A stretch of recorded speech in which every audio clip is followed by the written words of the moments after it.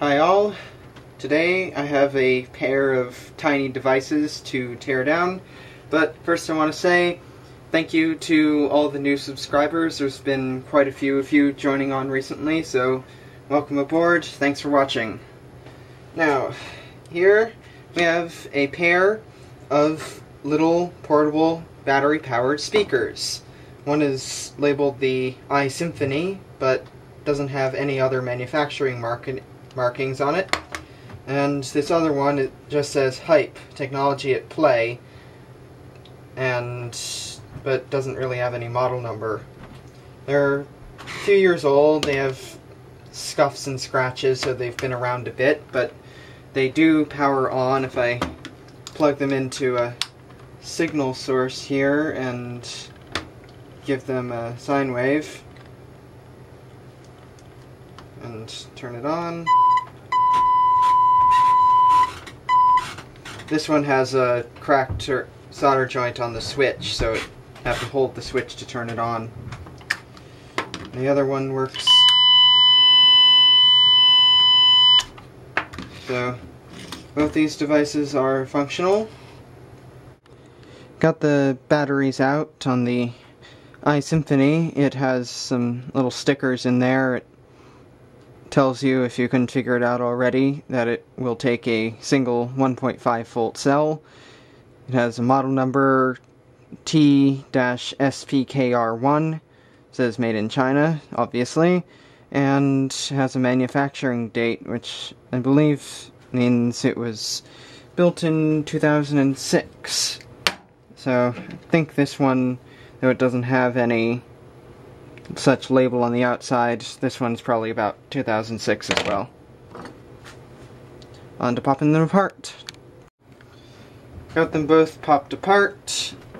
On the black one, has a circuit board. There's one IC, probably an op amp, and then a transistor that are visible. Let's see if I can get a close-up.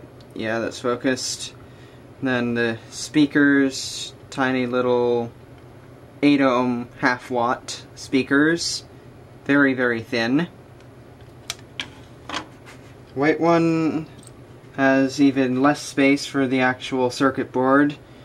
See capacitors up in there, and its speakers are even smaller, though not too much thinner than in the black one.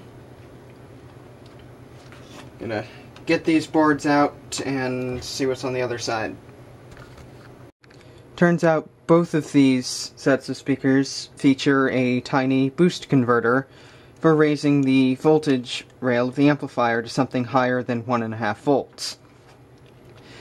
On the back side of the black unit's board, or actually the top side of the board once you open the case, is this little transistor. That's the switching transistor for the boost converter. There's what I thought was a resistor is actually a little inductor. That capacitor electrolytic stiffens the power supply, and then up along here there's a tiny diode ceramic capacitor for high frequency noise filtering, and a tiny electrolytic for a reservoir and low frequency filtering. So I'm going to stick my meter on this and see what voltage it runs at. Alright, the unit's on, got my meter, and 3 volts, 3.01 volts. If I go down and measure at the other input capacitor, I get 1.56 volts. Hold on, I'm gonna see if it'll work with a more discharged battery, if it regulates at all. Now it has a rechargeable battery at 1.3 volts. Gonna see. It appears it is regulated, still holding at 3 volts, despite the fact that the input voltage is 1.32 instead of 1.5655. So this actually has a regulated power supply. That's surprising. This thing does regulate quite well during normal use. Without the case on acting as a tuned enclosure, the speakers are very, very soft, so the camera might not pick it up. But there is 1000 Hz sine wave just on the verge of clipping. As it clips harder, it will drag down the power supply voltage.